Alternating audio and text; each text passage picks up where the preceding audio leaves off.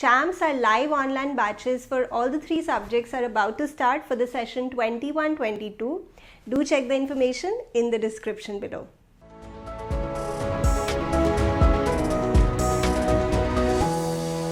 Hello CHAMS, I hope you all are doing great.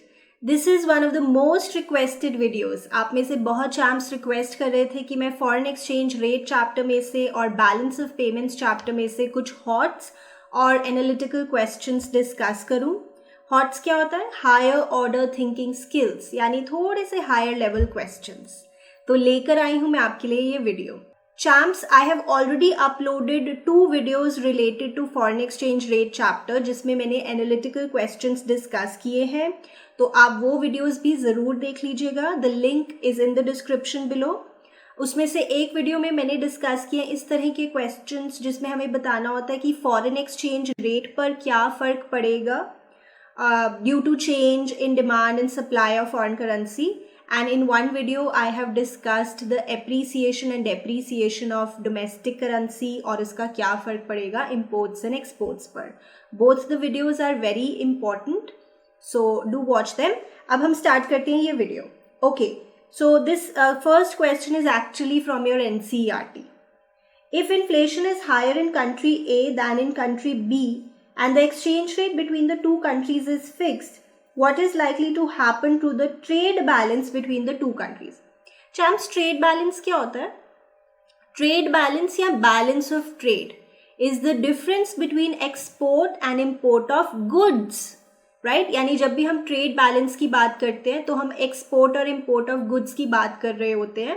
और trade balance 2 तरह का होता है, एक सरप्लस ट्रेड बैलेंस और एक deficit trade balance. I think this is easy for you to understand कि सरप्लस ट्रेड बैलेंस का मतलब है कि एक्सपोर्ट ऑफ गुड्स ज़्यादा है compare to import of goods, और डेफिसिट ट्रेड बैलेंस का मतलब होता है कि इम्पोर्ट ऑफ गुड्स ज़्यादा है compare to export of goods. ठीक है, back to the question. Now कह रहे हैं कि कंट्री ए में ना महंगाई ज़्यादा है. कंट्री ए में जो चीज़ें हैं वो ज़्यादा एक्सपेंसिव है compare to country B. Ease के लिए मैं कोई एग्जाम्पल ले लेती हूँ. जैसे मान लेते हैं कंट्री ए है इंडिया और कंट्री बी है लेट्स से चाइना. अब मैं एक ऐसी कमोडिटी अज्यूम कर लेती हूँ. Let's say we are talking about toys. जैसे Indian made toys are expensive compare to Chinese made toys. यानी मान लेते हैं कि इंडिया में जो टॉयज हैं वो महंगे हैं और चाइना में जो टॉयज हैं वो चीपर है. तो यही सिचुएशन होगी that inflation in country A is higher than in country B. तो इस केस में क्या होगा? बहुत ही सिंपल है. कंट्री ए इंपोर्ट करेगी कंट्री बी से और कंट्री बी एक्सपोर्ट करेगी कंट्री ए को, राइट? तो इस सिचुएशन में क्या होगा? कंट्री ए जो है वो इंपोर्ट करेगी, country A imports from country B. जाहिर सी बात है ना, क्योंकि कंट्री बी में सस्ते हैं गुड्स, और country B exports to country A. ठीक है, इजी टू अंडरस्टैंड. अब देखो, कंट्री ए जो है वो ज़्यादा इंपोर्ट्स करेगी, इसलिए कंट्री ए का होगा deficit trade balance. Deficit trade balance होगा, इंपोर्ट्स ज़्यादा है फॉर कंट्री ए.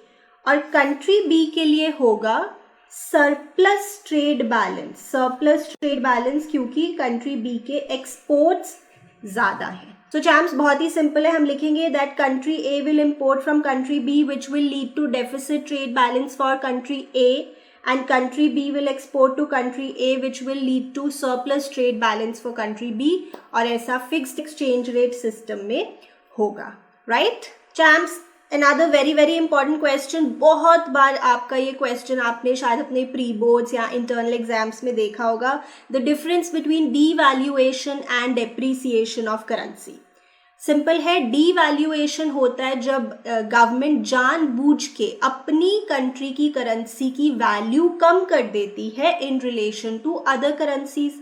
और डेप्रीसिएशन होता है कि जब एक करेंसी की वैल्यू कम हो जाती है, जानबूझ के नहीं करती गवर्नमेंट, इसमें due to the market forces of demand and supply एक करेंसी की वैल्यू कम हो जाती है in comparison to other currencies. So Devaluation refers to reduction in value of domestic currency in terms of foreign currency when the exchange rate is not determined by the forces of demand and supply, and depreciation is the fall in value of domestic currency in relation to foreign currency in a situation when exchange rate is determined by the forces of demand and supply. अच्छा, आप बताएं comment section में बताना कि क्या India ने कभी अपनी करेंसी को डीवैल्यू किया है, यानी क्या हमारी गवर्नमेंट ने कभी जानबूझ के हमारी करेंसी की वैल्यू को कम किया है? कमेंट सेक्शन में बताइएगा, ठीक है? ओके, तो डीवैल्यूएशन में क्योंकि गवर्नमेंट का इंटरफेरेंस होता है, गवर्नमेंट डेलिबरेटली प्लान करती है, तो ये एक फिक्स्ड एक्सचेंज रेट रेजीम है, और क्योंकि यहाँ पे मार्केट फोर्सेस का प्ले होता है तो ये एक फ्लेक्सिबल एक्सचेंज रेट रेजीम है. Okay, devaluation is deliberately planned by the government. This is not deliberately planned by the government. अच्छा, अब देखते हैं कि गवर्नमेंट डीवैल्यू करती क्यों है करेंसी, ताकि एक्सपोर्ट्स बढ़ सके और बीओपी की सिचुएशन करेक्ट हो सके. ऐसा क्यों होता है? सोच के देखो विषय, अगर कोई करेंसी डीवैल्यूड है, let me take an example, मान लीजिए इंडिया की बात करते हैं, पहले रेट ये था, अब कंट्री ने जानबूझकर, गवर्नमेंट ने जानबूझकर हमारी करेंसी को अगर डीवैल्यू कर दिया, यानी रूपी को अगर कमजोर कर दिया, तो जैसे ऐसे हो जाएगा. तो क्या इस केस में एक्सपोर्ट्स बढ़ेंगे हमारी कंट्री से? यस, मैंने उस वीडियो में भी डिस्कस किया है. इस केस में exports are likely to rise. Exports are likely to rise. Why? Because एक तो एक्सपोर्टर्स को अब ज्यादा इनकम मिलेगी, और जैसे कोई फॉरेनर इंडिया में आके सामान खरीद के वापस चला जाए, वो भी एक्सपोर्ट्स होते हैं. तो पहले फॉरेनर इंडिया में आ रहा था, वो $1 में 6 कुरकुरे के पैकेट्स खरीद पा रहा था, अज्यूमिंग कि 1 packet is for 10 rupees, and अब वो इंडिया में आ रहा है तो वो 7 कुरकुरे के पैकेट्स खरीद पा रहा है. तो he is liking Indian goods because उसको चीपर लग रहे हैं इंडियन गुड्स, और खरीद के वो वापस जा रहा है. ये भी एक्सपोर्ट होता है. तो इस केस में exports are likely to rise. अगर आपको प्रॉपर डिस्क्रिप्शन चाहिए तो वो वीडियो देखिएगा, राइट? ओके, तो ये गवर्नमेंट करती है ताकि एक्सपोर्ट्स बढ़ सके और बीओपी की सिचुएशन करेक्ट हो सके. और लास्ट पॉइंट डिफरेंस का हम लिख सकते हैं कि डीवैल्यूएशन तो हमेशा गवर्नमेंट सोच के करेगी, डिजायर्ड होगा तभी करेगी.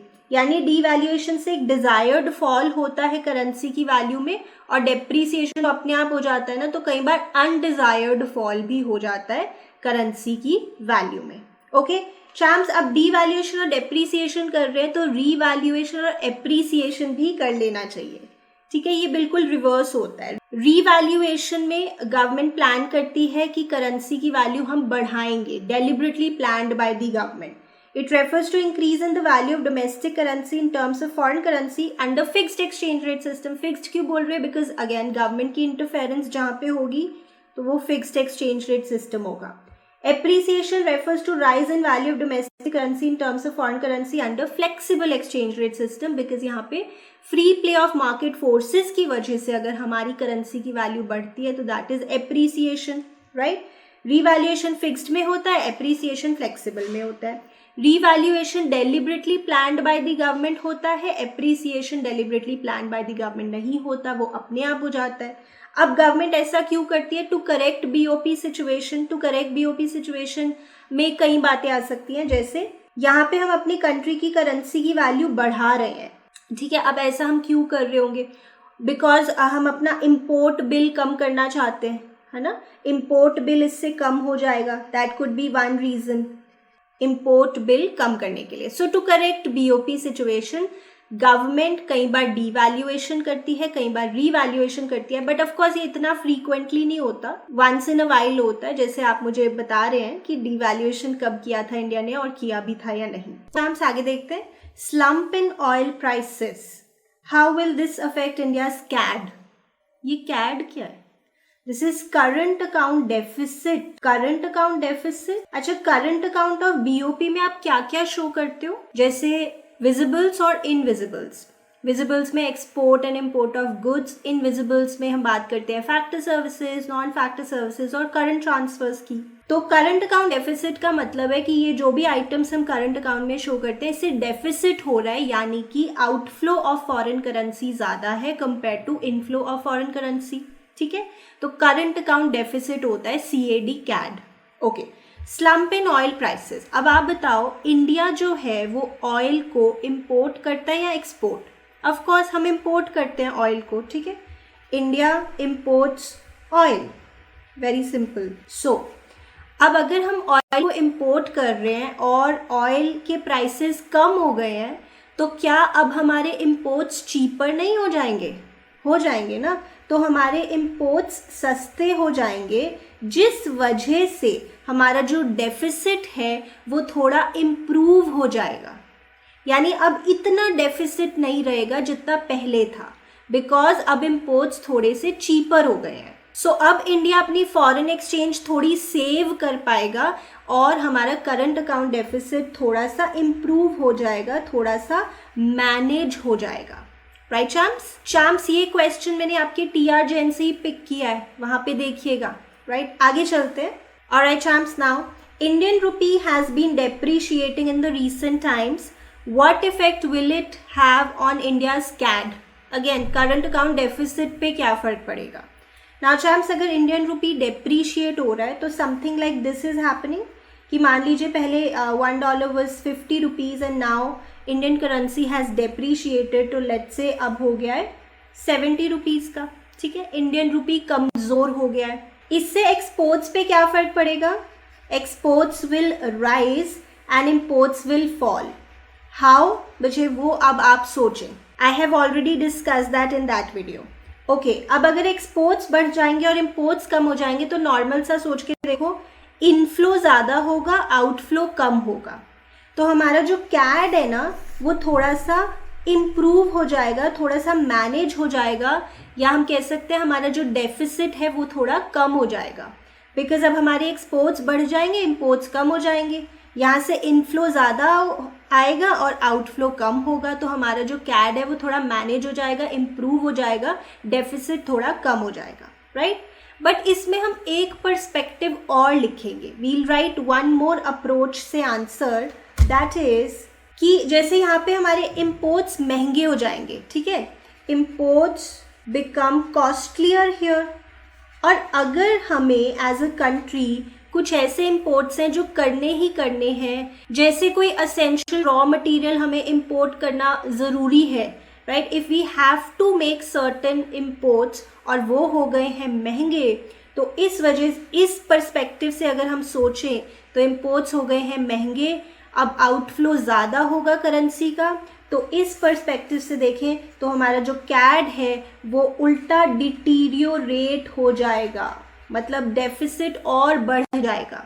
सो चैम्प्स, आई रिपीट इट, अगर हम नॉर्मल सा सोचें कि अच्छा इंडियन रूपी डेप्रीशिएट हो रहा है तो एक्सपोर्ट्स बढ़ जाएंगे, इम्पोर्ट्स कम हो जाएंगे, तो इनफ्लो ज़्यादा होगा, आउटफ्लो कम होगा, हमारा जो कैड है वो इम्प्रूव हो जाएगा, मैनेज हो जाएगा, डेफिसिट थोड़ा कम हो जाएगा। बट एक और पर्सपेक्टिव हमें लिखना है कि अगर हम एज अ कंट्री कुछ इम्पोर्ट्स कर रहे हैं जो असेंशियल हैं, जो करने ज़रूरी है, तो इम्पोर्ट्स तो अब महंगे हो गए हैं, तो अगर इम्पोर्ट्स महंगे हो गए हैं तो आउटफ्लो अब पहले से ज़्यादा होगा, और मान लेते हैं एक्सपोर्ट्स इतने ज़्यादा नहीं बढ़े, तो हम कहेंगे कि हमारा कैड पहले से उल्टा ख़राब हो गया है, डिटीरियोरेट हो गया है, या फिर डेफिसिट और ज़्यादा बढ़ गया है। Right, this is the second way of writing the answer, you have to write both. Okay champs, आगे देखते हैं, what impact will increase in interest rate in the domestic economy have on the foreign exchange rate? Domestic economy में, जैसे India में, अगर interest rates बढ़ जाएं तो क्या होगा? नॉर्मल से सोच के देखो, यहाँ पे इंटरेस्ट रेट बढ़ गया है इन्वेस्टमेंट्स के ऊपर, जैसे आपने सोचना है, जैसे बैंक में FD करवाई तो उस पर जो इंटरेस्ट मिल रहा है वो ज़्यादा मिल रहा है, लाइक जैसा आप कुछ पढ़ते भी हो NRI डिपॉजिट्स में, तो अगर इंडिया में इंटरेस्ट रेट ज़्यादा मिल रहा है इन्वेस्टमेंट्स के ऊपर, फिक्स डिपॉजिट्स के ऊपर, तो क्या होगा, बाहर से बहुत सारे फंड्स इंडिया में आएंगे, बाहर के लोग भी इंडिया में अपनी इन्वेस्टमेंट करना चाहेंगे, ठीक है, और वो अपने साथ लेके आएंगे डॉलर्स, बट डॉलर्स तो यहाँ चलते नहीं, तो फिर उनको वो सेल कर देंगे, जिससे डॉलर्स, जिससे मेरा मतलब है कोई भी फॉरेन करेंसी, उसकी सप्लाई बढ़ जाएगी इंडियन इकोनॉमी में, ठीक है। जैसे यहाँ पे उन्होंने बोला है डायग्राम बना के दिखाओ, तो जब भी हमें फॉरेन एक्सचेंज रेट पे किसी चीज़ का फ़र्क बताना है तो हमें हमेशा डिमांड और सप्लाई के कॉन्टेक्स्ट में सोचना है, और वो भी किसकी डिमांड और सप्लाई? फॉरेन करेंसी की, क्योंकि जो हमारा स्टैंडर्ड डायग्राम है उसमें डिमांड और सप्लाई ऑफ फॉरेन करेंसी हम दिखाते हैं। तो जैसे अगर इंडिया में इंटरेस्ट रेट बढ़ जाएंगे तो इनफ्लो होगा फंड्स का बहुत सारा, बाहर से पैसा आएगा, वो अपने साथ फॉरेन करेंसी लाएंगे, बट वो तो यहाँ चलती नहीं, फिर वो उसे सेल करेंगे जिससे फॉरेन करेंसी की सप्लाई बढ़ जाएगी। So this is your usual diagram. तो यहाँ पे हम शो कर रहे होते हैं demand and supply of foreign currency. Okay, तो जैसे मैंने बोला वो अपने साथ करेंसी लेके आएंगे फॉरेन करेंसी, पर वो तो यहाँ चलती नहीं, फिर वो उसे सेल कर देंगे जिससे सप्लाई ऑफ फॉरेन करेंसी बढ़ जाएगी, उसमें हो जाएगा एक राइटवर्ड शिफ्ट। अब देखो नया एक्सचेंज रेट कहाँ पे डिटर्मिन हुआ? पहले से कम, तो एक्सचेंज रेट हो जाएगा fall, exchange rate will fall. और अगर मुझे इसको एप्रिसिएशन और डेप्रिसिएशन के कॉन्टेक्स्ट में बताना हो तो we will write appreciation of domestic currency. इससे होगा appreciation of domestic currency. Right champs, आपको समझ में आया? ओके चैम्प्स, आगे देखते हैं। How do the deficit BOP and surplus BOP impact the exchange rate? Now this is an important question because इसमें आपका बीओपी चैप्टर और फॉरेन एक्सचेंज चैप्टर कंबाइंड है, तो दोनों की नॉलेज टेस्ट हो रही है। तो देखते हैं इसका आंसर क्या होगा। देखिए, अगर डेफिसिट बीओपी है, डेफिसिट बीओपी का मतलब है, नॉर्मल सा सोच के देखो, कि आउटफ्लो ऑफ फॉरेन करेंसी ज़्यादा है और इनफ्लो ऑफ फॉरेन करेंसी कम है। ठीक है, इसको अगर मैं और थोड़ा सा छोटा करके सोचूं और नैरो करके सोचूं तो मैं ऐसे भी कह सकती हूँ कि इम्पोर्ट्स ज़्यादा है और एक्सपोर्ट्स कम है। वैसे तो बीओपी में इंपोर्ट एक्सपोर्ट के अलावा भी बहुत सारी चीज़ें आती हैं, बट इसको नैरो डाउन करके हम ऐसा भी कह सकते हैं कि इम्पोर्ट्स ज़्यादा हैं। ठीक है, अब सोच के देखो, अगर इम्पोर्ट्स ज़्यादा है यानी हम बाहर से सामान ज़्यादा मंगवाते हैं, तो उन्हें पेमेंट करने के लिए हम मार्केट से डॉलर्स खरीदते होंगे, उन्हें पेमेंट करने के लिए हम डॉलर्स खरीदते होंगे, और क्योंकि इम्पोर्ट ज़्यादा है तो हमें मार्केट से ज़्यादा डॉलर्स खरीद के उन्हें भेजने पड़ रहे हैं। राइट, तो हम यहाँ पे कहेंगे डिमांड ऑफ फॉरेन करेंसी ज़्यादा है।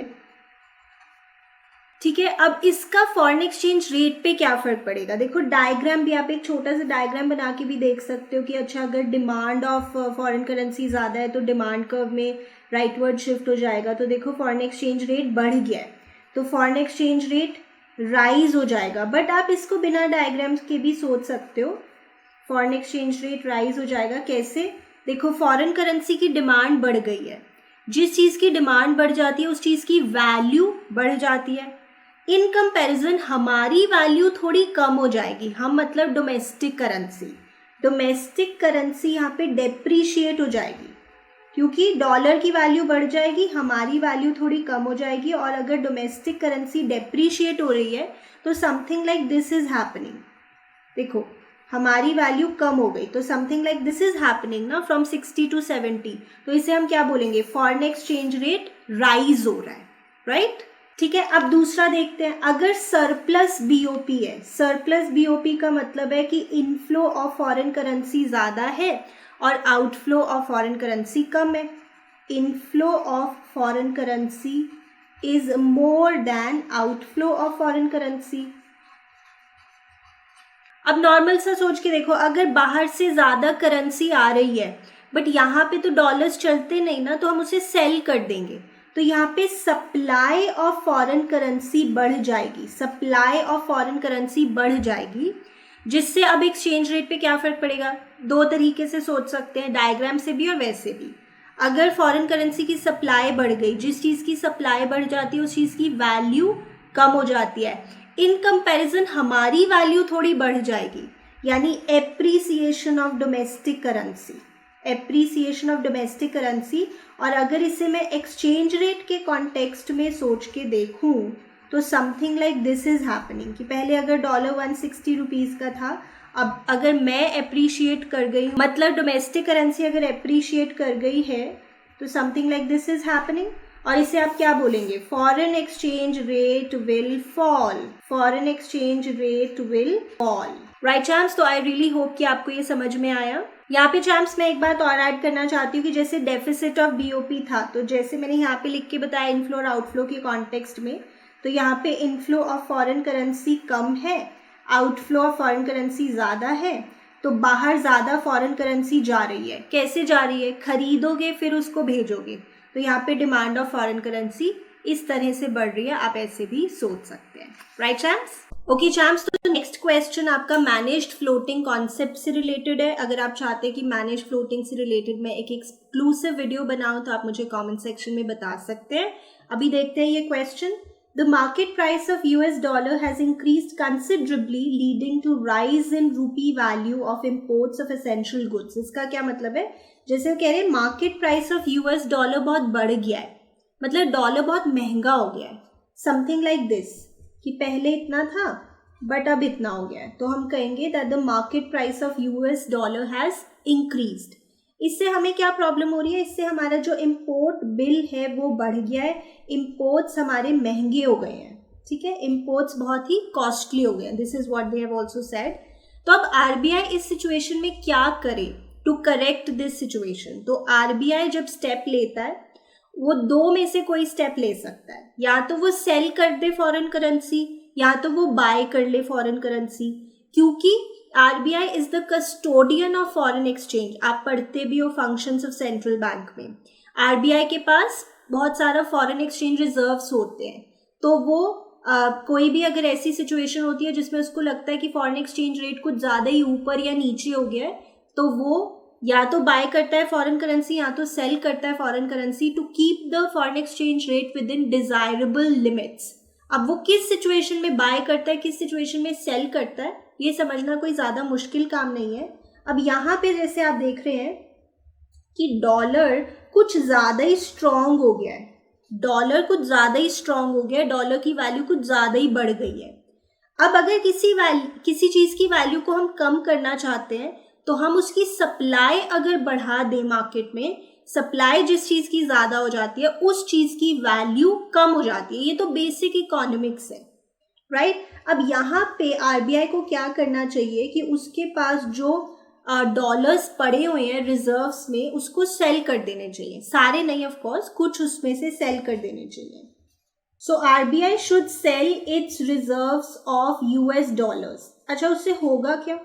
जैसे मैं कह रही हूँ कि डॉलर्स की सप्लाई बढ़ जाएगी, डॉलर्स की वैल्यू थोड़ी कम हो जाएगी, हमारी वैल्यू थोड़ी बढ़ जाएगी, और मतलब डोमेस्टिक करेंसी एप्रिशिएट हो जाएगी, और ये सिचुएशन थोड़ी इम्प्रूव हो जाएगी। कैसे इम्प्रूव हो जाएगी?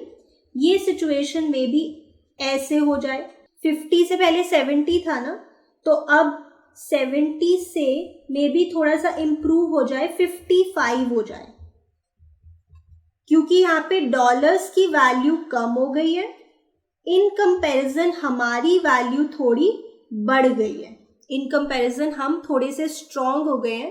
तो पहले जो एक्सचेंज रेट इतना हो गया था वो अब थोड़ा सा बेटर हो जाएगा अगर आरबीआई अपने यूएस डॉलर्स के रिजर्व्स सेल करते। चैम्प्स, पर ऐसा होगा कैसे? वैसे तो आप समझ ही सकते हैं, बट जैसे 70 हो गया था अब 55 कैसे हो जाएगा?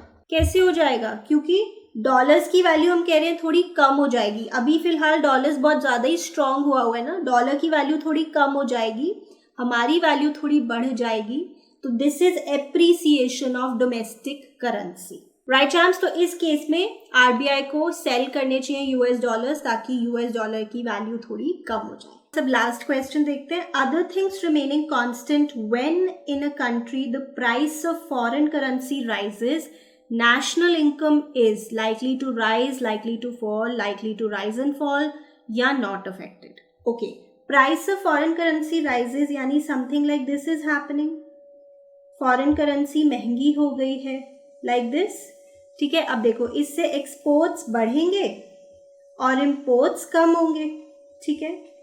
अब देखते हैं, जो हमारा एग्रीगेट डिमांड होता है इन अ 4 sector economy, that is C + I + G + X - M, अगर एक्सपोर्ट्स बढ़ेंगे और इम्पोर्ट्स कम होंगे तो आपका एग्रीगेट डिमांड बढ़ेगा, ठीक है? नॉर्मल सा सोच के देखो, एक्सपोर्ट्स बढ़ रहे हैं और इम्पोर्ट्स क्योंकि नेगेटिवली रिलेटेड है, तो अगर इम्पोर्ट्स कम होंगे तो आपकी एग्रीगेट डिमांड बढ़ेगी। अब एग्रीगेट डिमांड ज़्यादा है इकोनॉमी में तो फिर प्रोडक्शन भी ज़्यादा होगी, जीडीपी भी ज़्यादा होगा, नेशनल इनकम भी ज़्यादा होगी।